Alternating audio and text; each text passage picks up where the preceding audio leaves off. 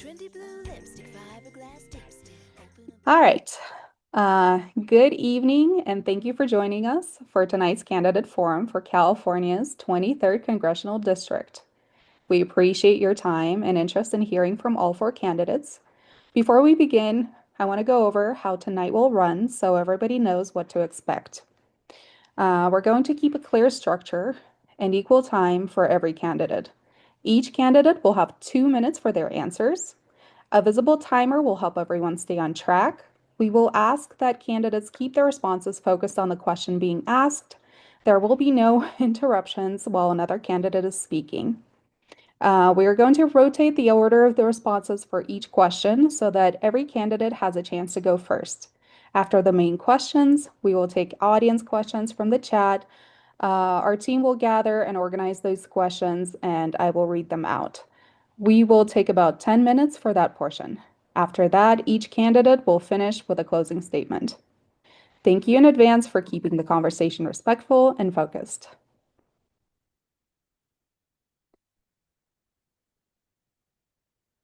All right. So let's begin with introductions. Each candidate will have 2 minutes to introduce themselves, share a bit about their background, and tell us why they're running. Um, let's see. I used an app to randomize the order of all of these. So let's begin. We are going to begin with Edwin. And Edwin, wait for the timer to start. There we go. How you doing, everyone? Good evening. I'm Edwin Alonzo. I'm running for Congress 23rd, as I've met many of you, and some of you I have not met. And I'm running because of my experience. I'm running because of what I've been through, what I've lived through. I'm a veteran of the Marine Corps. I've lived through the VA process. I've lived through what the veterans and retirees in our district have to go through.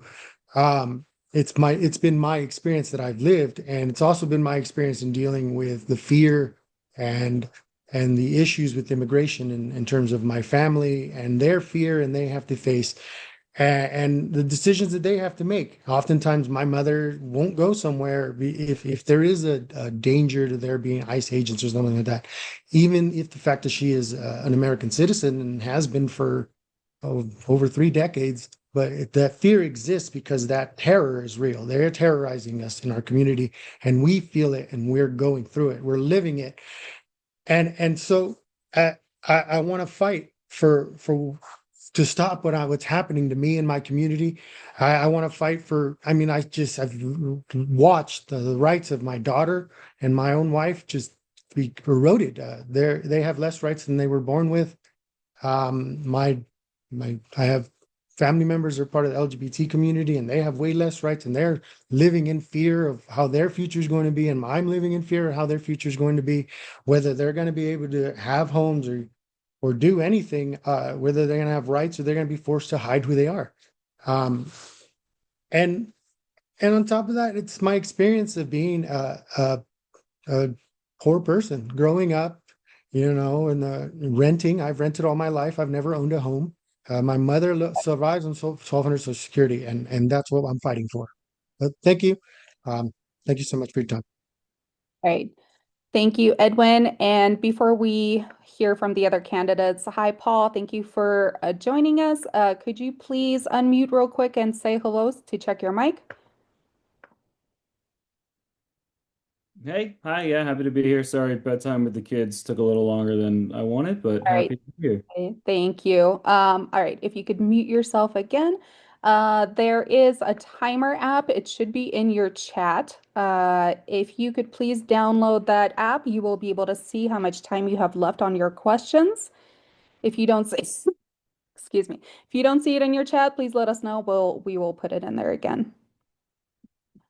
All right. Okay. So the rest of the order is Alexis, Paul, and then Tessa. And Paul, we do have the order randomized. I had an app randomize the order in which candidates go. And then the format will be introductions, then our questions that we have prepared, then audience questions, as many as we can take. And then after that, you will have your time to do your conclusions. All right, Alexis, uh, let's wait for, there we go. Hi, my name is Alexis Claiborne, and I have spent my entire career really trying to uplift voices that typically don't have a seat at the table. So I started my career working at a rape crisis center, doing prevention work and survivor support. And then I moved into doing behavioral work with foster youth, making sure that the adults in the room were listening to those that were directly impacted. And now I currently serve as the Education and Outreach Supervisor for Planned Parenthood of Orange and San Bernardino counties. I do hold elected position right now. I was elected in 2022 as for the Wrightwood Community Services District Board of Directors, and I currently serve as the youngest board president that we've ever had. I am very much running for every one of you. So I'm not doing this for me. I believe in helping where I can. And so my goal here is to flip this district. My goal here is to support our communities. We have a government that is not working for most of us right now. It is working very well for the incumbent, but not everybody else. And so I'm doing this because I care about our communities and I want to see District 23 truly thrive and reach the potential that it can. And I believe in that. One of the things that I started when I first launched this campaign was reaching out to other candidates that are grassroots, believe in the same things as I do, so that we could pool resources, we could help each other out. Because for a lot of folks, this is their first time running for any office, or this is their first time running for a federal office. So, really making sure that we are leaning on each other, helping each other out as much as possible so we can get as many of us elected because it's time that we see the change that we need to see in this district and in this country.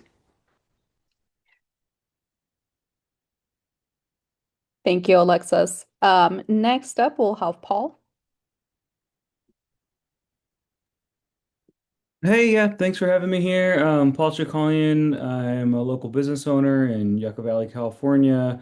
Let's see, I'm running because Jay doesn't deserve to have the job. He hasn't done anything for any of his constituents, Republican or otherwise. I can't remember the last time I've seen him out in the community. Even in Big Bear, I've heard that most folks don't see him often.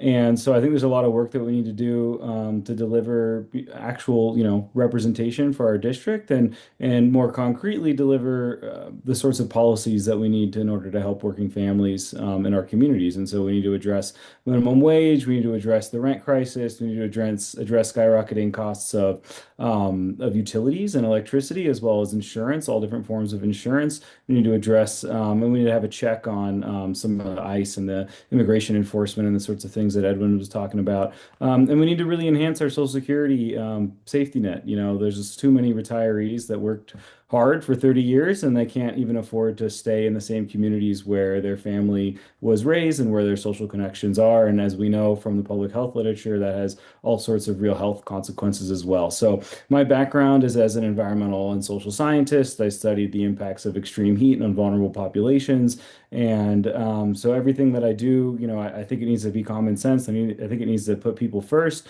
And it also needs to show respect for our environment, good stewardship for what we're leaving for our children and our descendants, and also just science-based and fact-based policy that really is holistic and well-rounded and common sense, which is just utterly lacking at the federal level. And Jay's a huge part of that problem. So I'm running to try and deliver for my community and try and improve all of our quality of life.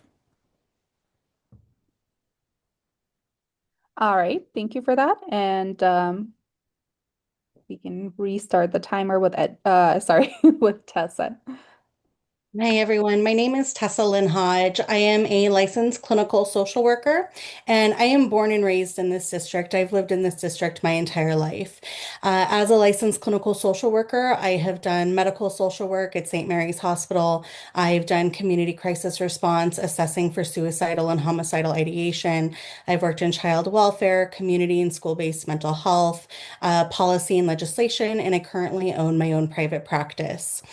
I am running because, let's not mince words, this election in 2026 is life and death. Not metaphorically, quite literally, it is life and death. It is life and death for those who are about to be cut off from healthcare. It is life and death for those who are facing food insecurity. It is life and death for those who can't afford housing.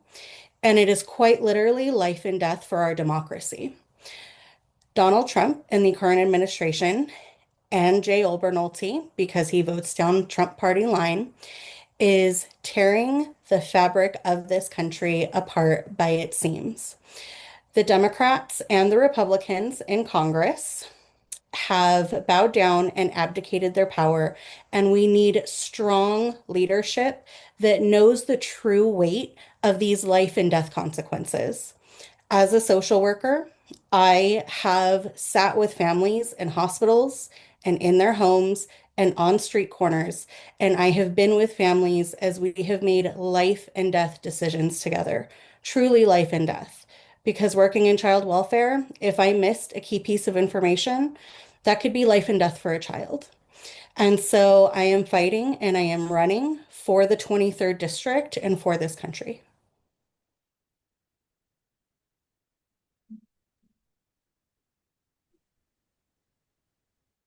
Thank you so much. Thank you to all four candidates. We will now move on to the main questions.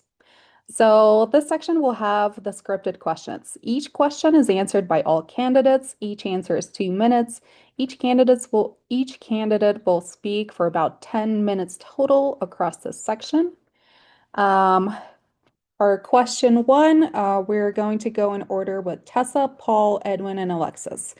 The question one is, recent actions by the administration have raised new questions about how the nation manages the border and the broader immigration system. What steps would you take in the short term to respond to the current situation? And what is your long-term vision for a fair and workable immigration policy? We are also posting all the questions in the chat as we get them. All right, Tessa, it is your turn. So, what is currently happening with immigration and immigration enforcement is absolutely unacceptable. We cannot target indiscriminately. We cannot jail people without due process. And let's, again, not mince words, the immigration system has been broken for far too long. We have had politicians in Congress and in the Senate that have not wanted to take action because it is a divisive issue. What I would like to see is actual comprehensive immigration reform that creates a system that addresses the significant backlog of people trying to enter the country, that humanely addresses people who are fleeing war-torn countries or extreme poverty or violence. And we need a system that does not discriminate based on the country that you come from, because people from traditionally white countries are more able to come to the United States than people from countries in Mexico and South America.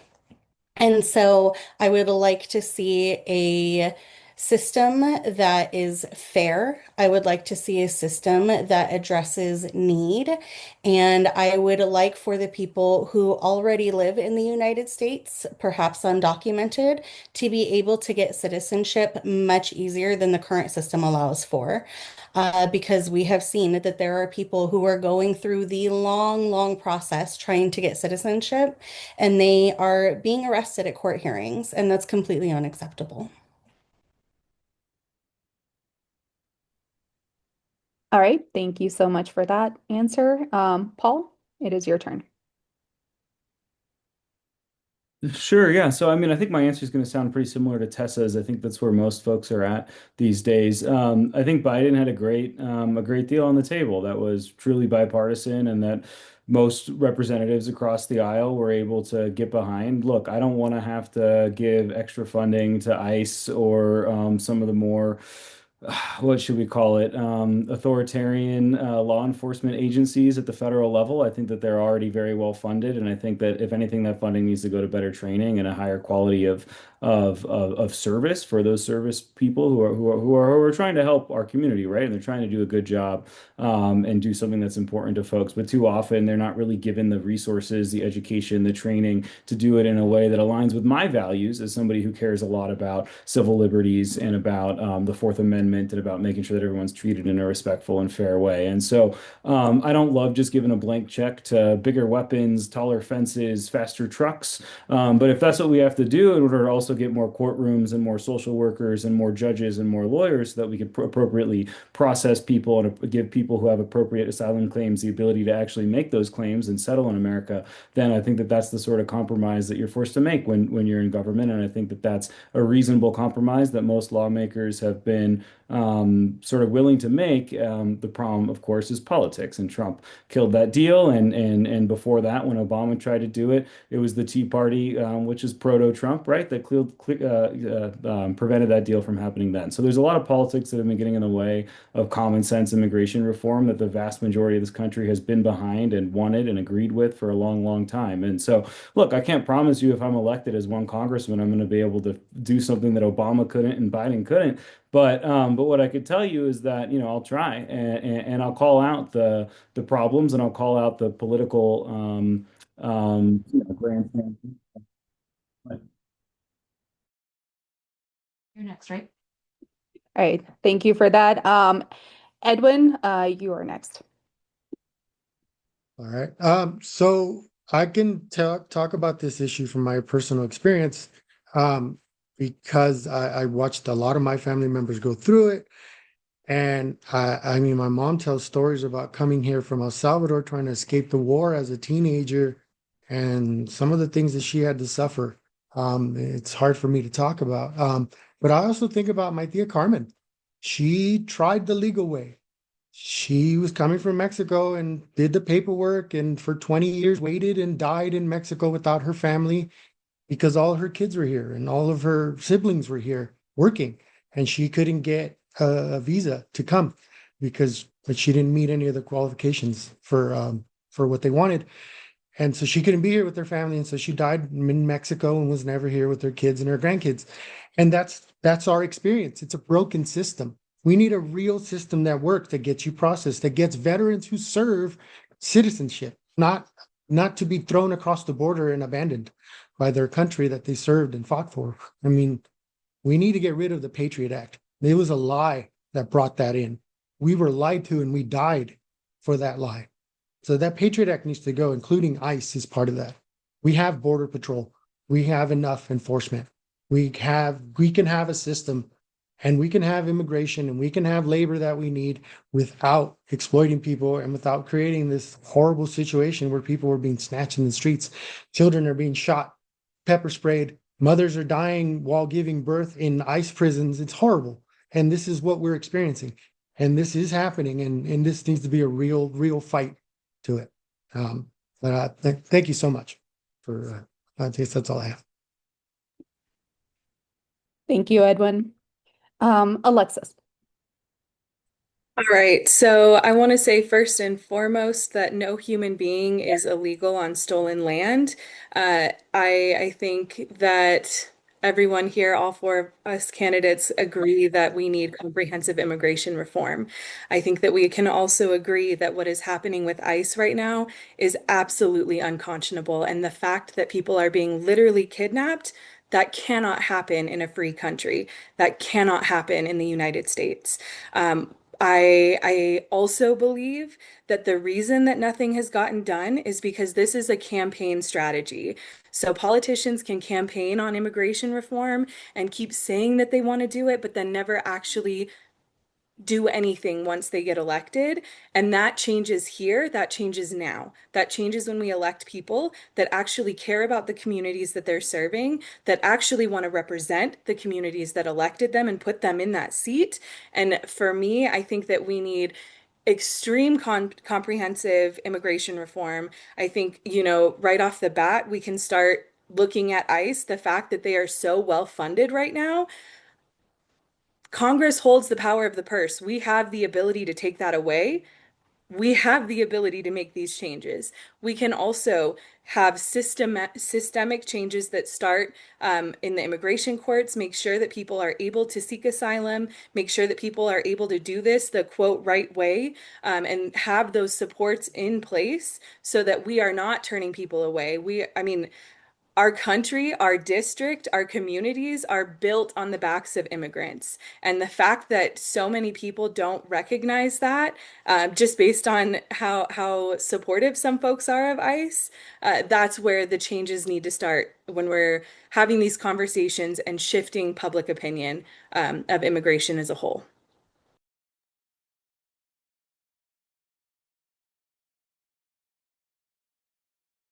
All right, thank you, candidates. Our next question will be about healthcare. Healthcare remains one of the most significant concerns for families across the district. What changes would you support to make more affordable and more to make care more affordable and more accessible? And how do you see the federal government's role in ensuring quality healthcare for everyone? For this question, we will go in order with Paul, Edwin, Alexis, and Tessa. Paul, the floor is yours as soon as the timer starts. There we go.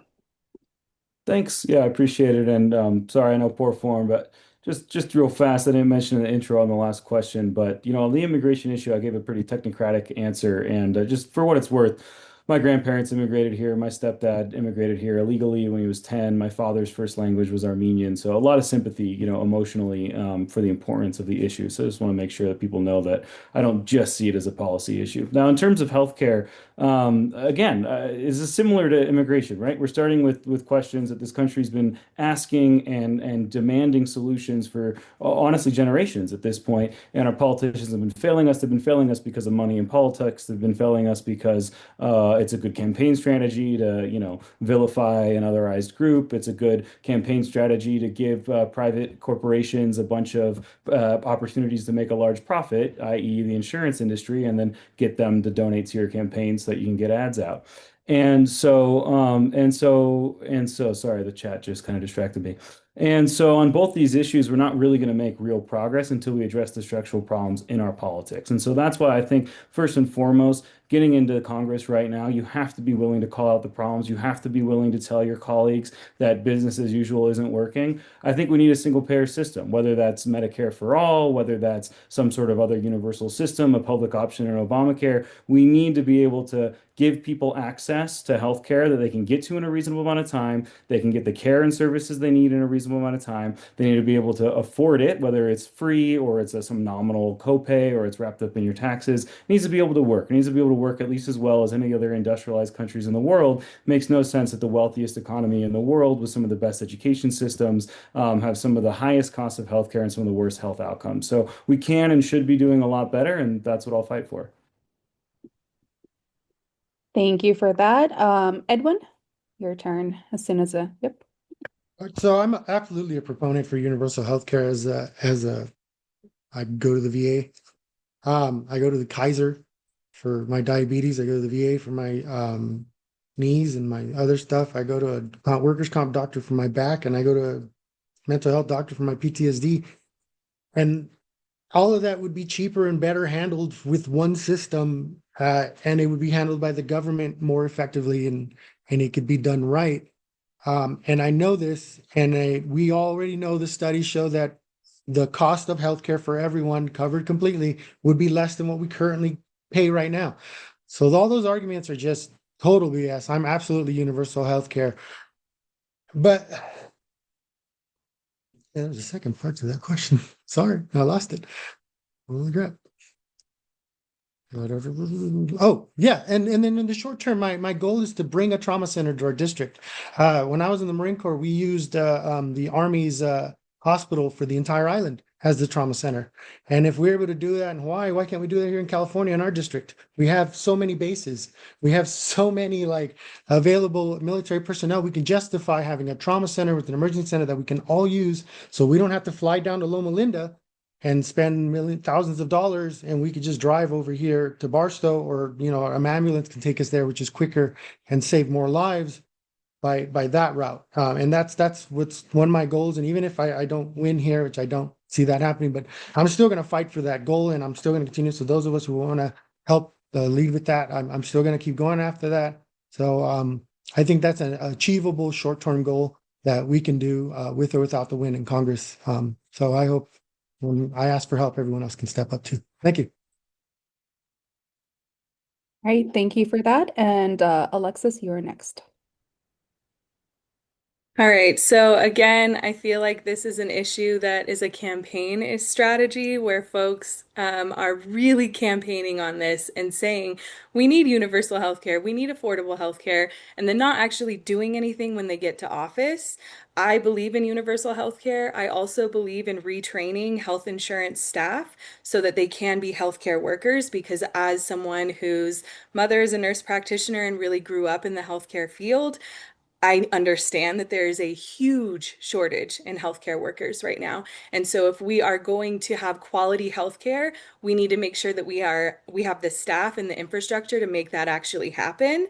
I think in the short term, what again, Congress holds the power of the purse. We decide where money goes. And the fact that our two or not two anymore, but the hospitals in the district that are losing funding right now because of this big ugly bill that passed, those are things that Congress and colleagues across the aisle need to really come together. This is an issue that both sides agree on.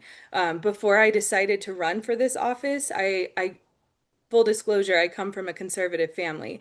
I sat down with my dad to try to figure out what we agreed on because I knew that this is a red district. And so, in order to flip this, we are going to have to work across the aisle, even in the campaign phase. We are going to have to convince Republicans and independents to vote blue, possibly for the first time in their lives. And healthcare was the top issue that we agreed on. We both feel that the fact that I am paying hundreds of dollars every 2 weeks for my health insurance and then it takes me 4 months to get in for an appointment, that's not okay. That's not a system that works for us. And that's what our government is supposed to do. So we need people in office that are going to work for us. Thank you for that. And next we have Tessa. So I have, as I said, worked at St. Mary's as a medical social worker. I own my own private practice, so I deal with insurance companies every day. I have provided community-based mental health services with SAC Health in Barstow.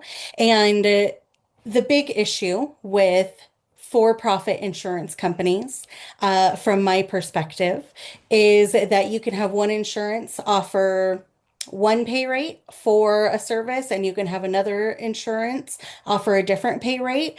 And if you have insurances that offer lower amounts, such as Blue Cross Blue Shield will only reimburse me $60 for a session, whereas other insurance companies will provide much higher.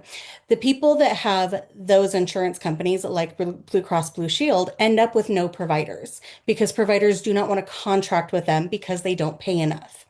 So, universal healthcare is the option. It is the only option to ensure that everyone has equal access to healthcare.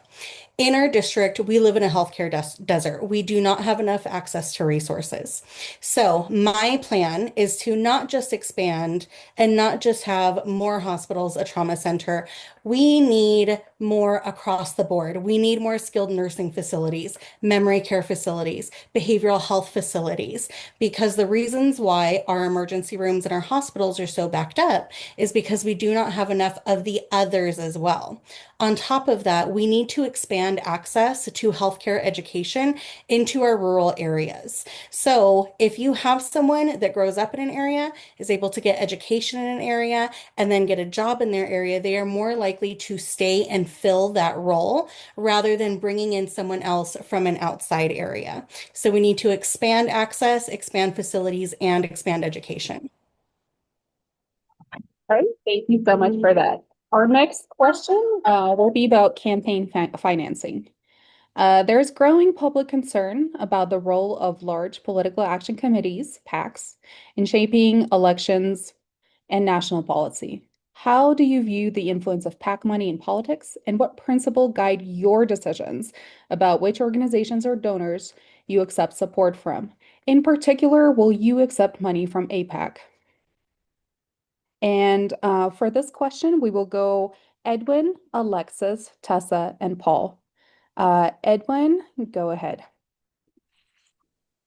Hi, so yeah, I mean, AOC has proven that we don't need to go after huge donors to win. We can do grassroots campaigns without any of that business. I think that Citizens United decision was the worst thing to happen to this country. I think money needs to get out of politics. I think PACs need to come to an end. I think hell no, I won't take money from fucking APAC. I'm sorry, APAC. Sorry, that's the Marine in me. I'm loyal to the United States, so but that's how I feel about it. Yeah, no, money needs to come out of politics. If the average citizen can't afford to donate that much, then the corporation should not be able to donate that much. A corporation should count as a citizen if they want to be seen as the same as using their First Amendment rights. That's fine. Then you should be limited to the same amount of money I'm limited to. If they want to do that. But beyond that, PACs and all that stuff, it needs to come to an end. It's really tearing our country apart. It's that greed, that level of greed is just horrible. It just seems like common sense, but I guess it's not. I can't say that enough, that greed. All right, I'm just going to stop there. Thank you. All right, thank you for that. Next up, we have Alexis. Yeah, so overturning Citizens United has to be one of the very first things that whoever gets into office does. We need to be stripping these corporations of their personhood. I know that it would be a massive lift, but I think that it is doable if we get enough progressive folks in office, which is something that I'm really trying to do with that pooling of resources for candidates across the country so that we can get as many of us elected as possible and we'll have the numbers to actually make this happen. I will not take any APAC money, absolutely not. I am not taking any corporate PAC donations at all. I think that the second you take money from anyone, you are bought and paid for by them. So I want to take money from constituents so I can be bought and paid to represent you. There are some PACs that I would take donations from, specifically ones that align with my values, like Planned Parenthood has a PAC. I would take a donation from them. But outside of that, I don't think that any corporations should have their hands and their money in politicians and decision makers because again, that takes the representation from the people and gives it to the corporations. And that's how we ended up in the situation that we're at right now with the affordability crisis that all of us are facing. That's how we ended up in this situation where it's extremely difficult for candidates to get the financial backing and trying to run these races against multimillionaires. It's something that needs to be reformed, absolutely. And no on APAC again. Thank you so much for that. And Tessa, you are up next. So, absolutely. Citizens United needs to be overturned. That is one of the worst things to ever happen to our national politics, our government, our country. I will not take APAC money and I will take no corporate PAC money. I was recently endorsed by Teamsters, Local 1932. And so would I take money from the Teamsters PAC? Yes. And I am a labor person. I am a former Teamster. My husband is a CTA. My dad was a 25-year member of the Carpenters Union. So would I take money from union PACs? Yes, because unions represent the people. Unions are for workers. Uh, I feel that if you take money from a corporation, if you take money from these large PACs like AI PAC or APAC, you are then bought and paid for by that PAC. You represent that PAC, you represent their interests, and you cannot be beholden to your constituents while you are also beholden to the people that fund your campaigns. So I only take donations from labor PACs and then my constituents. And so because that way I am responsible to my constituents and my constituents only.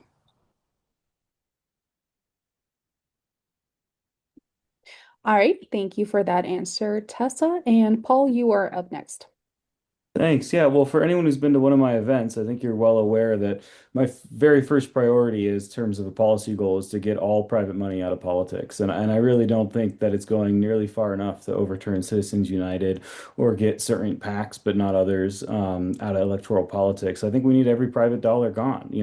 I totally understand and sympathize with what Alexis means when she's saying she wants to take dollars from our constituents so that we could work for you. I completely get it. But I would just go a step further and say, I don't want to take any money from anybody. I think that the public should be financing credible, qualified candidates with set budgets so everyone's competing with the same resources. I think there should be a delineated amount of time to run, 6 weeks, 8 weeks before an election.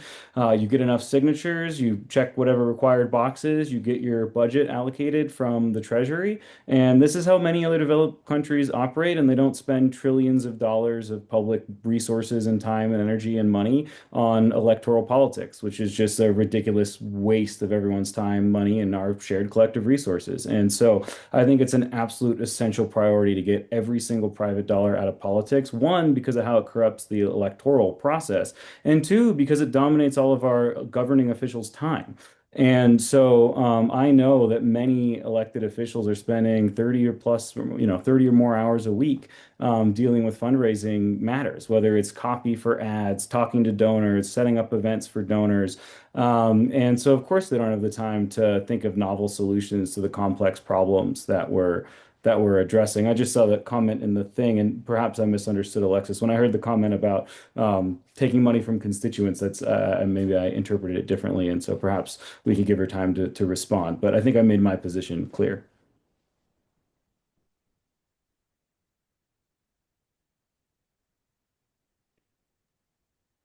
All right, thank you for that. Our fourth question will be about climate change. Um, the question is, how do you believe the country should respond to the challenges of climate change, and what steps would you support to protect the environment for future generations? The order for this one will be Alexis, Tessa, Paul, and Edwin. Alexis, you may go. I think that climate change is especially in our district, is an extremely pressing issue that needs to be addressed yesterday. The fact that we are not treating this like the emergency that it is mind-blowing for me. Um, I think that we need to again invest back into our communities.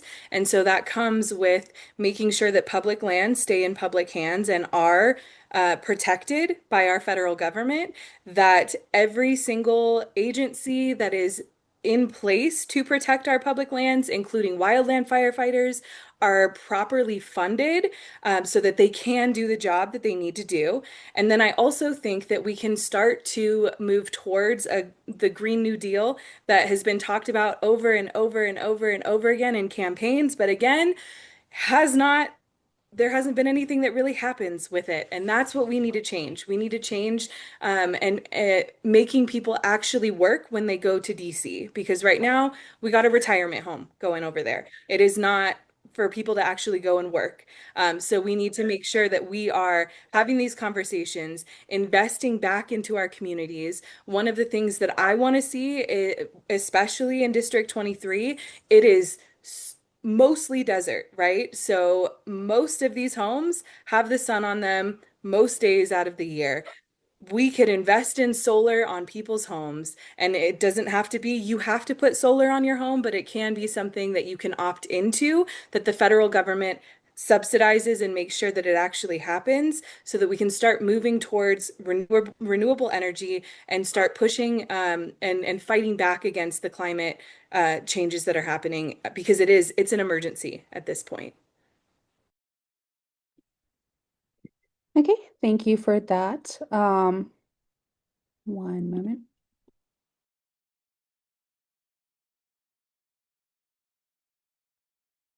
All right, Tessa, it's your turn. Thank you. So the climate crisis has to be a number one priority for every single one of us. Without serious change on for the climate crisis, nothing else matters. Healthcare doesn't matter, homes don't matter, food doesn't matter. We won't have any food. So the climate crisis has to be a number one action for all of us.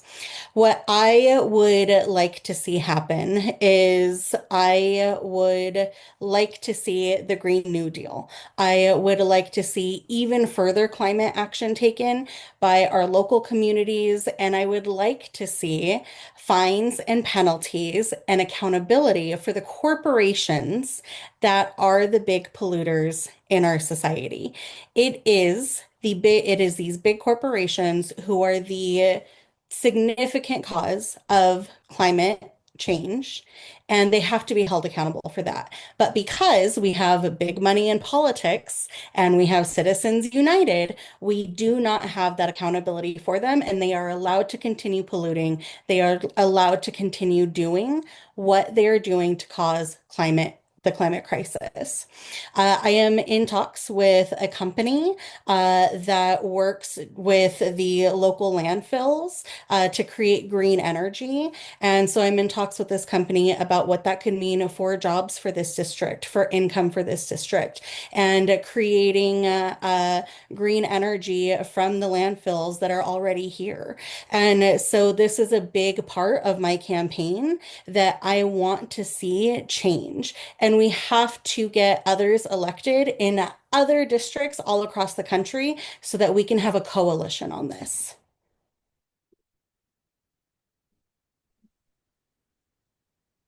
All right, thank you for that. And Paul, you are up next.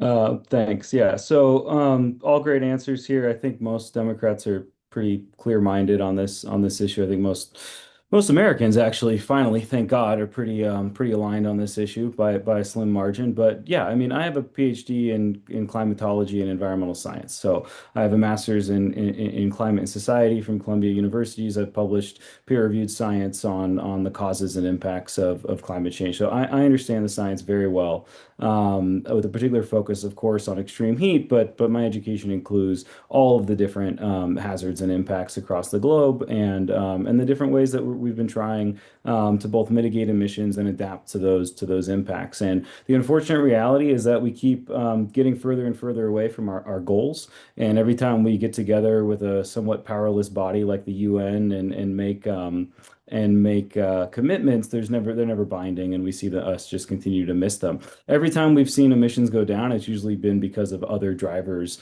that have nothing to do with activism or our desire to fix the environment. It's been because of a global pandemic, or because of other large disruptions like that. And so ultimately, we have to find solutions that are going to work and that are going to be able to be implemented.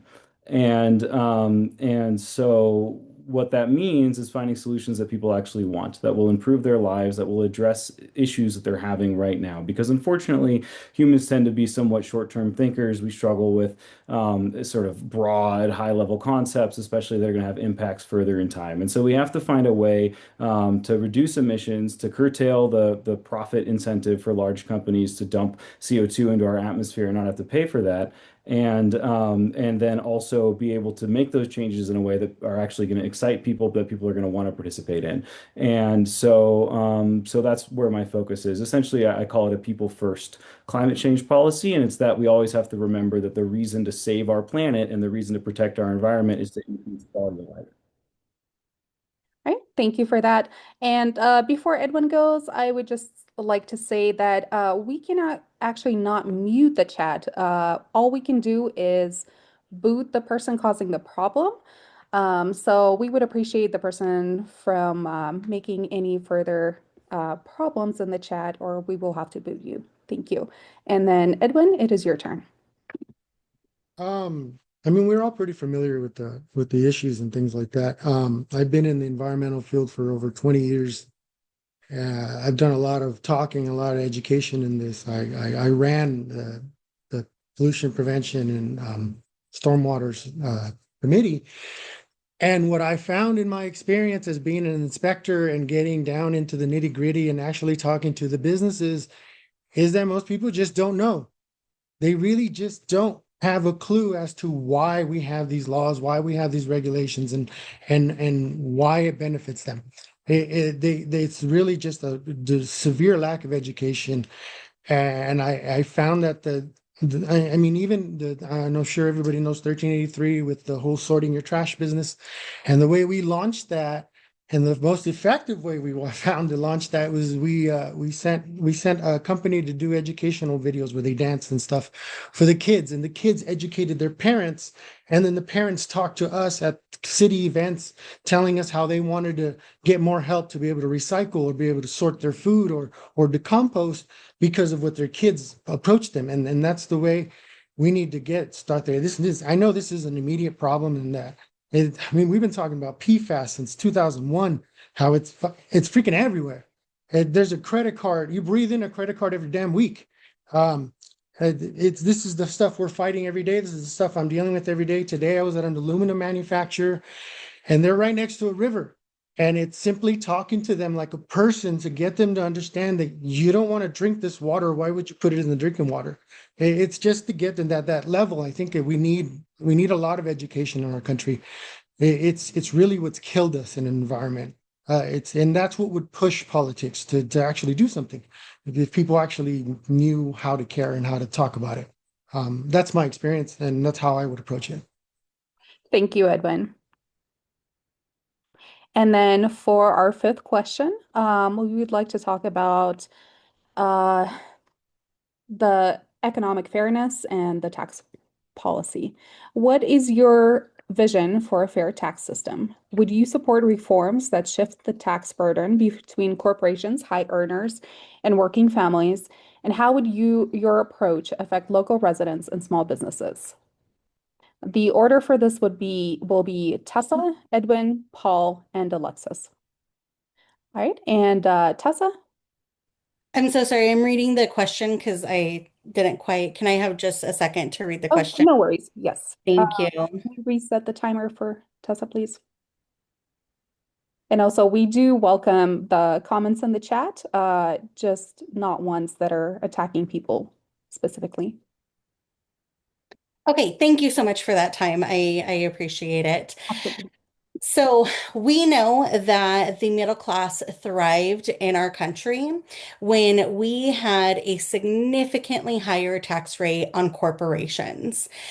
Over the last several decades, we have seen an absolute seismic shift in wealth from the lower classes, middle classes, from poor people, essentially, from my people, to the absolute billionaires. We are looking at the first trillionaire in history in Elon Musk. And I don't quite understand how anyone could be against taxing billionaires and trillionaires their fair share. The fact that there is a cap on Social Security for how much you pay into Social Security is absolutely ridiculous, because millionaires, billionaires, and soon to be a trillionaire should be paying much more into these systems than somebody making minimum wage, especially the federal minimum wage, at 7.25 an hour, I think it is. So we also need to have a different tax structure for small businesses. I know as a small business owner, I am my only employee because I'm a private practice. I pay a lot of money in taxes for just one employee. And so we have to have a fairer structure when it comes to small business so that we can promote small business, because small business is the true backbone of our economy and the true job providers in our economies. So we have to have a fair tax system for families. We have to tax the millionaires, billionaires, and trillionaires more money, and we have to have lower taxes for small business.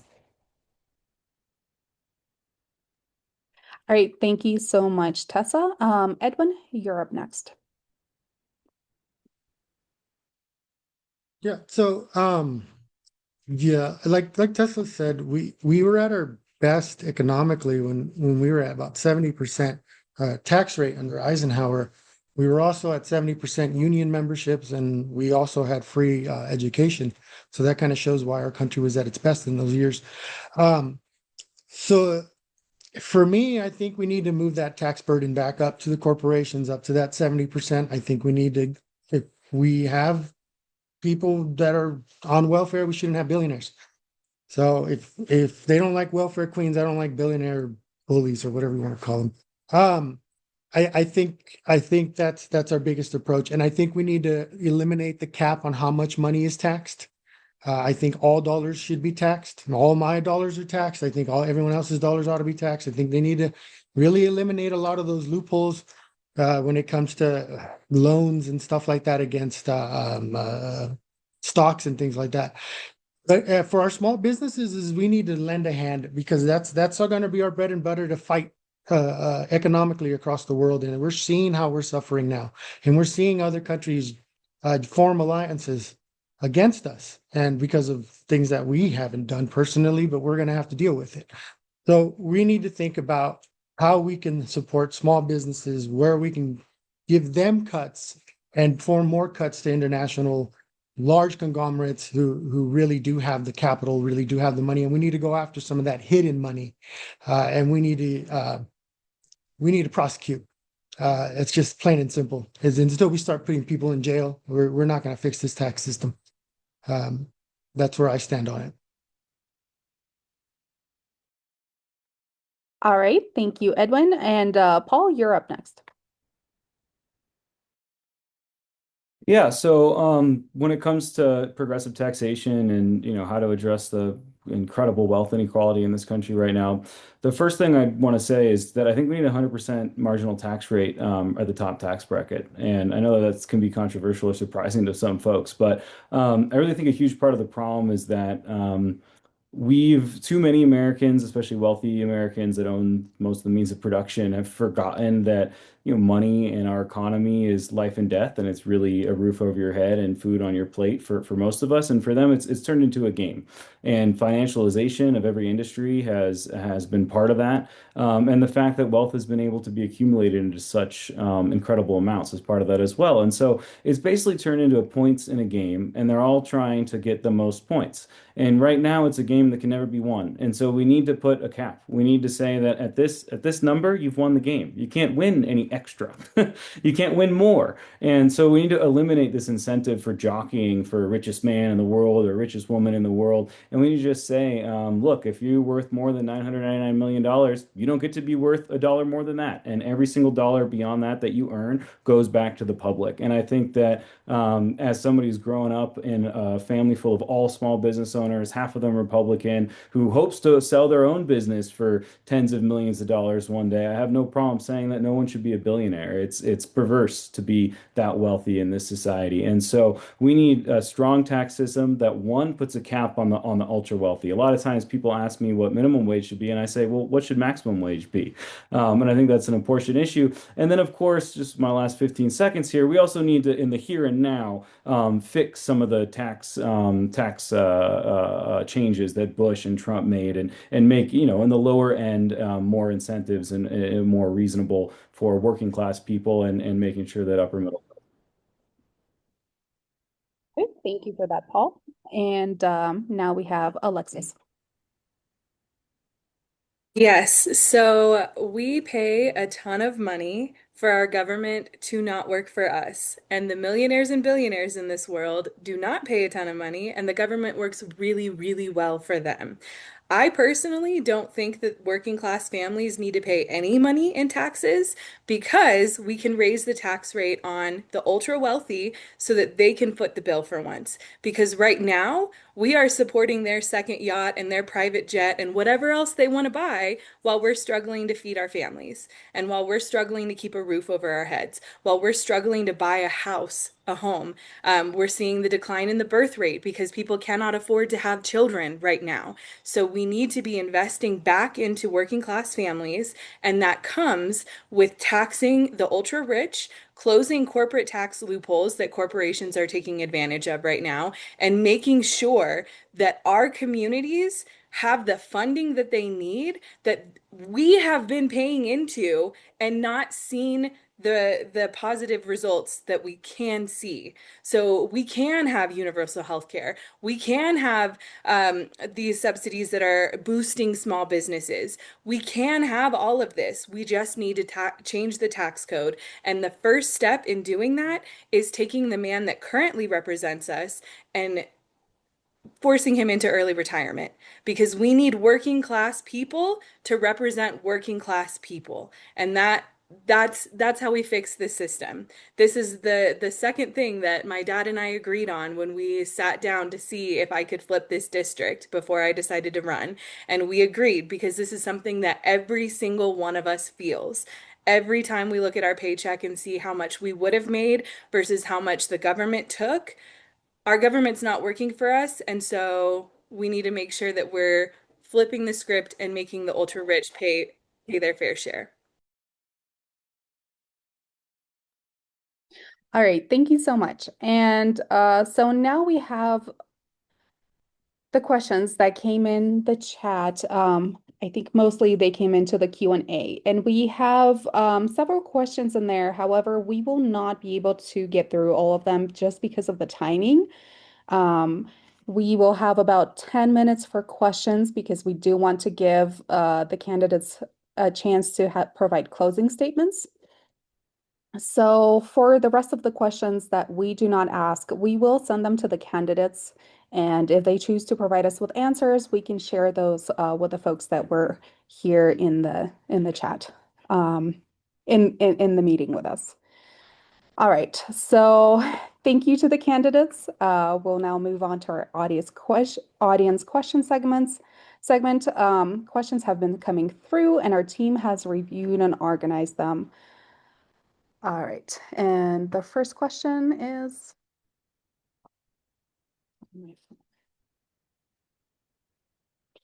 all right, from Alexandria Ortega, we have splitting the vote is one of the easiest ways to hand Jay a win. Okay. That is not a hypothetical, it is simple math. That being said, only one candidate can go forth after the primaries. Which of the candidates will commit to concession if they do not win the primaries? All right, and then for this one, we will go Alexis, Tessa, Paul, and then Edwin. Alexis, you have the floor, and before you get the floor, we will only do 1 minute each for these questions so that we can get through at least 2. All right, thank you so much. Alexis? I won't even take the full minute. Absolutely. My goal here is to flip the district. And so whoever y'all believe is the best candidate to do that, I'm going to back 100% through the primaries. I'm not in this for me. I'm in this for our community, and really making sure that we get the representation that we deserve, and we get the funding that we deserve. And so if that is one of the other candidates here, that is one of the other candidates here, and I will knock on doors for them. All right, perfect. And then Tessa, you are next. I actually answered a question very similar to this at an event in Lake Los Angeles. And I will say the same thing that I said there. Myself, Alexis, and Edwin have all agreed that we will work together, and whoever makes it through the primaries, we will absolutely 100% support each other because this is about getting Jay Olbernalty out of office. This is not about ego. This is not about me or any of us. This is about our community. This is about our country.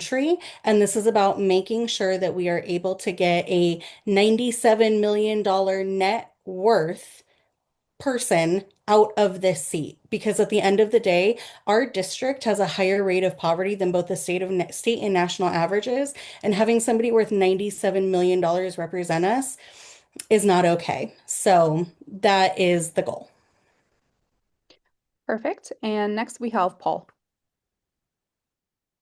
Hey, sorry, I was looking at the Q&A window. I didn't hear the exact question, but I think I gathered it from the previous answers.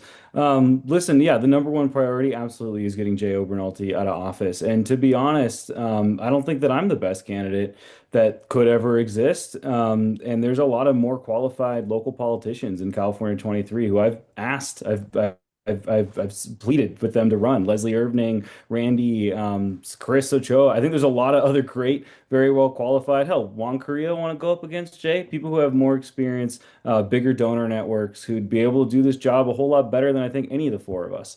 And so I just want that to be said first. Now, the reality is none of those people are running. The four of us have raised our hand and we're willing to. I will support anyone who seems like they have a credible shot at beating Jay. But the truth is, I have a lot on my plate. I have a lot of people in my own community I need to feed and take care of, employees, kids, etc. And so, no, I can't give a blanket commitment to knock on doors for just anybody. All right, thank you. And then Edwin. Yeah, we're in this fight to win. We're gonna support whoever the hell it is. Um, I mean, we're we're in this fight to fucking win this. To quit this, to stop all this crap that's going on, and we just can't. But yeah, we're gonna walk. We're gonna run. We're gonna get the vote out. It doesn't matter. We got to get the vote out. We got to get our people to show up. We got to get people to get out there. We can win this district, no matter who it is, if we can just get our people to show up. The data's there. We just need to show up. We're going to support whoever it is, and we're going to fight to get people to just show up. Because if people show up, Democrats win. It doesn't matter because we're running on real issues. We're not running on, Twitter attacks or whatever it is. So yeah, we fight. All right, perfect. Thank you for that. Our next question is from an anonymous attendee. If you are elected, what would be the first legislation that you would author? And we are going to put that in the chat as well. For this question, we are going to go in order of Paul, Edwin, Alexis, and then Tessa. And Paul, you can go as soon as the timer starts. If elected with first legislation you would author. Yeah, this is a question I've encountered a handful of times, and it's a really funny question to me because like I have no idea. It all depends on everything that's going on at the time, right? I mean, what committees am I assigned to? What's happening in the world? Did Trump just invade Venezuela?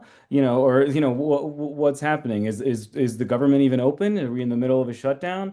And so it's going to depend on the coalitions I could build on the priorities of the moment, on what's going to be able to get done in short order. I think I've said some of my priorities: private campaign financing, fixing our healthcare system, fixing wealth inequality, and addressing affordability. So wherever we can we can move on any of these, the first ones we can move on the quickest, that's where I'll start.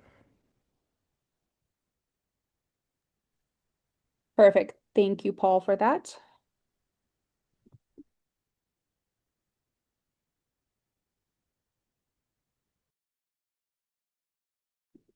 All right, Edwin, your turn. Yeah, that's a fair point. We don't know what the situation is going to be, but my number one focus going in terms of passing a bill or an act, is to get rid of the Patriot Act and redistribute those responsibilities and funds to other agencies that already exist and already have that mission. And I've already been doing that job long before that lie of an act existed that got so many of my brothers and sisters killed. And has caused so many problems with ICE and all the other things that's happening. So that's a main focus. That's something that's to repeal that and redistribute those responsibilities to other agencies so that they're done right. But of course, there's other priorities that might come up. So we don't ever know. All right, thank you so much for that. Alexis, you are next. This is honestly such a difficult question because I've thought about all of the top priorities that I have and the top priorities that I've heard from other folks in the community. And it's really difficult to pick just one. But the very, very first thing that I want to see done is fixing the big ugly bill that just passed, because that is going to cause extreme harm to our communities. And we Tessa mentioned life and death earlier. It is life and death. And so we really need somebody to go in there and to make the changes that need to happen. And that comes with making sure that the ultra rich and corporations are paying their fair share in taxes. All right, thank you, Alexis. Tessa, your turn. So the first piece of legislation that I would pass is a piece of legislation for investigating and holding accountable all those who are currently enabling what is currently happening with ICE, with DHS. We have people that are being disappeared. We have people that have been detained and we have no idea where they are. We have abuse of power on unimaginable levels. We have abuse of resources, and we have the money that was supposed to be for SNAP in the event of an emergency or a government shutdown is gone. They don't know where it is. And so we need accountability and we need investigation into what is currently happening, who has enabled it, and these people need to be taken out of office. Thank you so much. So we are running a little bit ahead of schedule, which is great. So we will take one or maybe even two more questions, depending on how long the candidates take with their answers. So for our third question, this is from an anonymous attendee, and it reads, CA-23 has been a safe red district for a long time, but I think we are seeing the shift across many red states. How does each candidate plan to take advantage of the anti-Trump wave to flip CA-23 blue? That question is now in the chat, and let me go to my new order. All right, this order will be Edwin, Alexis, Tessa, and then Paul. Edwin, you can start. Yeah, they're doing a lot of the work for us, for sure. So I plan on taking advantage by I'm undercutting Jay's veterans because I'm a veteran. I'm going after those groups. And those are his biggest supporters. And I'm also gonna try to motivate my community, the Hispanic community, to show up. We have the biggest population in our district in terms of registered voters that don't show up at all. And that's my strategy. I plan on motivating my community and getting them to show up because even if they don't vote for me, if they just show up to vote, it still helps us. It still leads to victory for all of us. So I think my strategies are pretty sound. Take votes away from Jay by hitting the veterans and raising up the Hispanic community and get them to show up and motivating them to vote for blue. So that's my plan. Thank you. All right, thank you so much. And then Alexis. So on November 4th, when Prop 50 passed, we saw huge wins across the country. We saw down ballot rural Alabama go blue. The blue wave is here, and it's not just a wave, it's a tsunami. So my team, this is a shameless thank you to every single one of them. I know there are a couple on this call right now, but I truly could not do this without the volunteers that have stepped up to push back against what is happening in our federal government. We are already out canvassing. We are out in the community talking to both sides, making sure that they know who their representative is and what he is doing, and that there is a better option, and showing them what could be if they elected somebody that actually cared about our communities. All right, perfect. Thank you for that. And then we have Tessa. So, my plan to take advantage of this anti-Trump wave, this blue wave, is to show up. Again, I am born and raised in this community. I've lived in Phelan, I've lived in Lucerne Valley, I've lived in Redlands, and so I truly believe that by showing up in our small desert communities, like where I grew up, like what I've lived in, and showing them that there is a representative and a candidate that cares, that is going to show up not just once, not just twice for a photo op, but is going to be there consistently and is talking about the issues that affect them, like rural health care, like having to drive over an hour for a decent paying job. By talking about those issues, by showing up consistently, that is how we both take advantage of that blue wave, and that is how we flip voters as well. Perfect. Thank you so much for that. And then Paul, your answer. Sure. Yeah. So, yeah, the question seems to assume that there's going to be a big blue wave in our district, and I don't know that I necessarily agree with that. I mean, our district is very conservative. It's very frontier, and it didn't swing in any large ways in past blue waves. Of course, the district shape was a little different then, so it's not apples to apples. I think the biggest effect that what Trump's doing and what MAGA is doing right now, what it's going to have is it's going to suppress turnout for Jay. And so it's up to us to take advantage of that opportunity. This is our best shot we're ever going to get, but it's still an uphill battle. We're still going to have to work our butts off to convince the independents and no party preference voters in this district to go for us. You know, the plurality of them. The reality is 1/3 of this district is Republican, 1/3 Democrat. You can't win without the independents. And so even if the Republican vote is suppressed, we have our work cut out for us to appeal to those no party preference voters. All right, thank you so much. And one moment while we get the fourth question for you.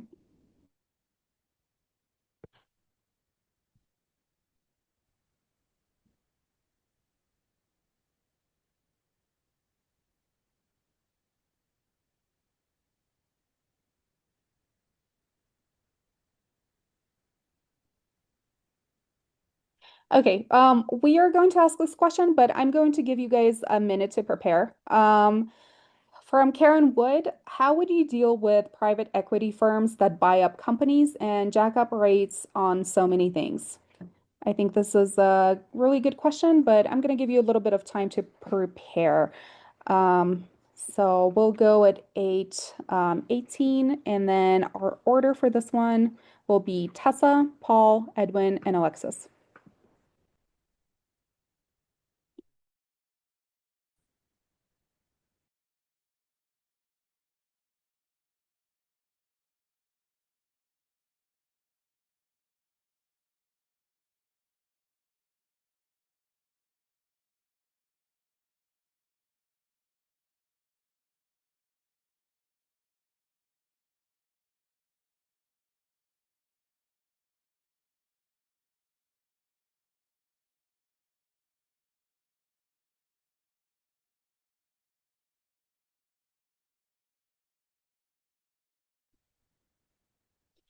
All right, and Tessa, your answer.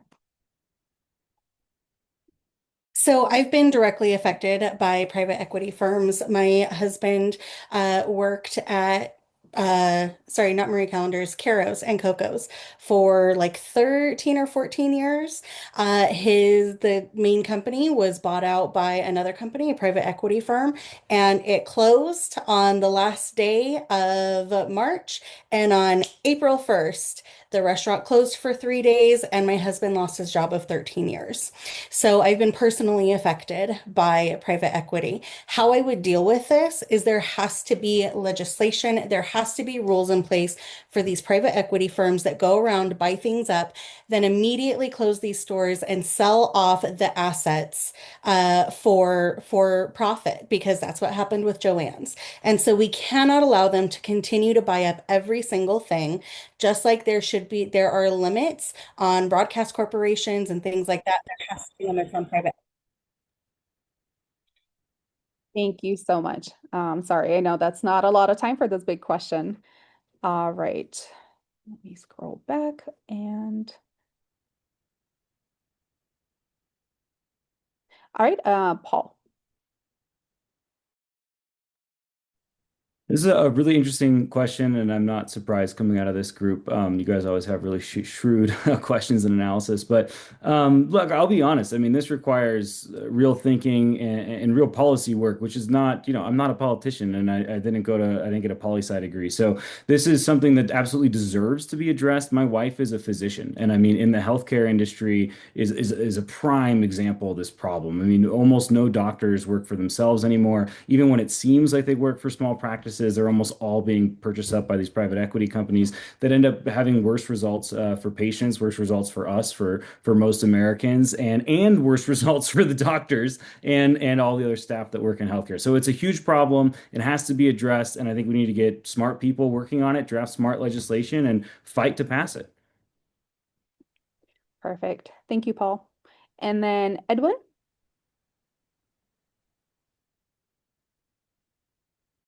Yeah, I think we need to, I don't know about end the practice, but break up a lot of these private equity firms. They're doing a lot of damage to the country, and we can declare that a national emergency and just go after them wholesale. We did it in the 1900s with labor laws and all that stuff. We can do it again. We just got to motivate people to get out there and support it. Because they're doing a lot of damage, and I think a lot of these companies need to go back to being nonprofits, like especially anything in the medical field, anything that touches children. I mean, like, has to do with children or education needs to be a nonprofit. Anything like that. If you're giving loans to education, it has to be nonprofit. If you're banking and your credit union, it needs to be nonprofit. All these companies need to go nonprofit in order to protect our people. Great. Thank you so much for that. Edwin, Alexis. So I am very much people over profit and making sure that we are protecting our communities. So that does come with legislation, that does come with policies. But in order to get these passed, we have to work across the aisle. We have to make sure that both sides are working towards the same goal.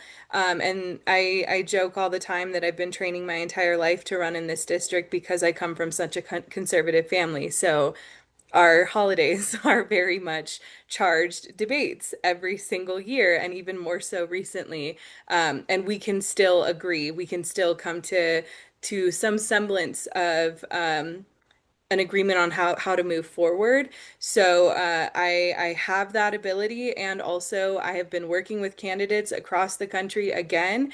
If we get more and more of these progressive working class candidates in office, we can do this.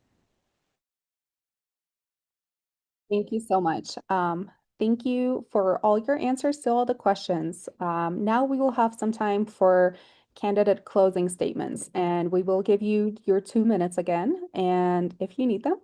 And the final closing order will be Edwin, Alexis, Tessa, and Paul.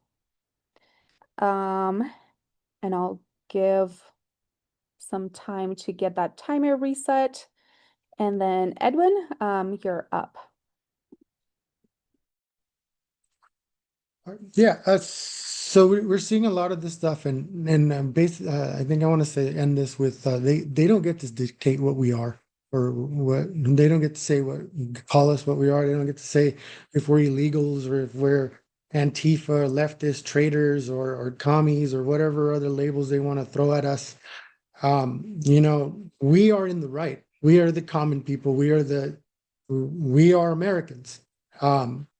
And that's what we're fighting for. We're fighting for our ability to be Americans, to live our lives, to raise our children, to love who we love, whoever that is. That's what we're fighting for. That's what this is about. That's why we wrote our Constitution.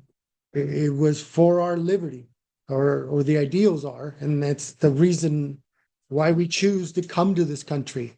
It's for that opportunity. It's for that ability to fight. My family came here so I could fight this. That's what I believe, and that's what I'm doing. So they don't get to dictate what we are. They don't get to call me illegal, call me whatever the crap they want. I'm an American, and that's it. Thank you. Thank you so much, Edwin. Alexis, you're up next. First of all, thank you so much for hosting this. This was fantastic, and the fact that you had the forethought to do it on Zoom so it's accessible for everyone across the district because as someone that works all over this district and also now is campaigning all over this district, I understand how difficult it is to see the candidate that you want to see or see all four of us. So providing this platform, fantastic. Thank you to everybody that showed up and is this invested in our democracy. That's what we need. That's what we need, this energy. We need to continue riding this blue tsunami because it's not a blue wave anymore. I I want to just kind of quickly address that we haven't really talked about affordability. We haven't really talked about veterans in this forum. And so I am really looking forward to getting the questions so that I can give you all a response and then add in more of my platform and my specific policy pieces that I want to see once we get to DC, because this is very much all of us. This is a collective effort, and I'm really excited to see all of these questions because again, as a representative, your job is to represent, and these questions are showing all four of us what matters to each and every one of you, which can help inform our messaging, our platform, the policies that we are eventually going to write, and that's what this job is. That's where we need to go as a district and as a community. So thank you all. Again, my name's Alexis Claiborne, and thank you for having me. Thank you so much, Alexis. Tessa, your turn. So I would also like to thank the hosts and the attendees, and of course the other candidates. So I'm going to repeat what I said in the beginning because it bears repeating. This is life and death. This is not any other election. This is life and death for so many people across the country and for so many people across our community. As a social worker, I have worked with families all across this district, all across Southern California, even up into Central California. And I have seen levels of poverty that people would not think existed. And I have seen them in this district. We are talking shacks built out of pallets with dirt floors. And so I am running because I know how devastating not just the policies that are going into place now are, but how devastating the systems that have been in place for decades have been to the working class, to the middle class. The systems that have been in place for decades do not work for Americans. And I think that, call me an optimist, say what you want, but I think that there is a silver lining in what is currently happening. And that these systems that do not work for so many are being torn down. And we have an opportunity next year to not just have this blue tsunami, but we have an opportunity to get people into office that are willing to not just rebuild, but to create new systems that can work for all of us. And as a social worker, I see a need, I meet that need. If I see a need that's not being met, I make it happen. My name is Tessa Lynn Hodge. If you'd like to learn more, it's tessa4ca.com. Thank you so much for that. And then, Paul, we have you last but not least. Thanks so much. Yeah, all great closing statements all the way around, and I'll just reiterate a thanks to Puma and the Mountain Collective for putting this together. It is a huge district, so yeah, Zoom is definitely a godsend because zooming around all over the place uses a lot of gas and takes a lot of time. So this is great. I'll just close by saying that I think we're all in this for the right reasons. We're all in this to fight for working Americans, to deliver for the middle class. I'm sure we all have our own, probably dozens of our own stories about family walking around with their passports and having panic attacks the last few months, or relatives or friends who couldn't access health care that they needed and they went to Mexico to buy prescriptions, or they asked, that maybe they asked you to go to your doctor because you had health insurance and get a prescription you didn't need, right? We all have these kind of stories about how broken our society has become in the last few decades, how impossible it's become just to get by, just to earn a living, to not need a roommate at 30 something years old. And then the pundits wonder why we're not having kids. And so there's so much wrong, from the Patriot Act to minimum wage and everything else, in our government and in our society. And the polarization is both part of what's wrong and the reason it stays wrong. And so I really just want to end by saying my campaign and the way that we win, I believe, is through empathy. It's through curiosity. It's what I call genuine, empathetic curiosity. And we need to reach out to our neighbors, our fellow constituents, the independents, the Republicans, everybody else, and we need to learn about them. We need to ask them questions. And I need to do that if I want to represent them, but we all need to do that just as neighbors. As activists and organizers, it's the way that we build power, but just as neighbors, it's the way that we heal our communities. And so we need to be tolerant. We need to actually practice what we preach as Democrats. We need to bring people in, and we need to keep an open mind that just because people are behaving in ways and you can understand how those behaviors are harmful doesn't necessarily mean that they can see the harm or that they understand it. And if they have trouble understanding it, it still doesn't make them a bad person. They might just need some more help coming along. So that's what I want to close on, and we can do this. Thank you, Paul. All right. Thank you to all the 4 candidates for being here and for sharing your views with the community. Really appreciate it. Thank you to everyone who was able to make it. We know it's an evening, a work evening, and you have work the next day. And we really appreciate that you're able to make it tonight and that you are participating in our political landscape. And I think together we'll be able to push this district where it needs to be. And we want to really thank the 4 candidates for expressing all their views. We appreciate you guys, and we appreciate you taking your time to run against Obernolte. Yeah, your engagement strengthens our district, and you're keeping our democracy healthy by participating in it.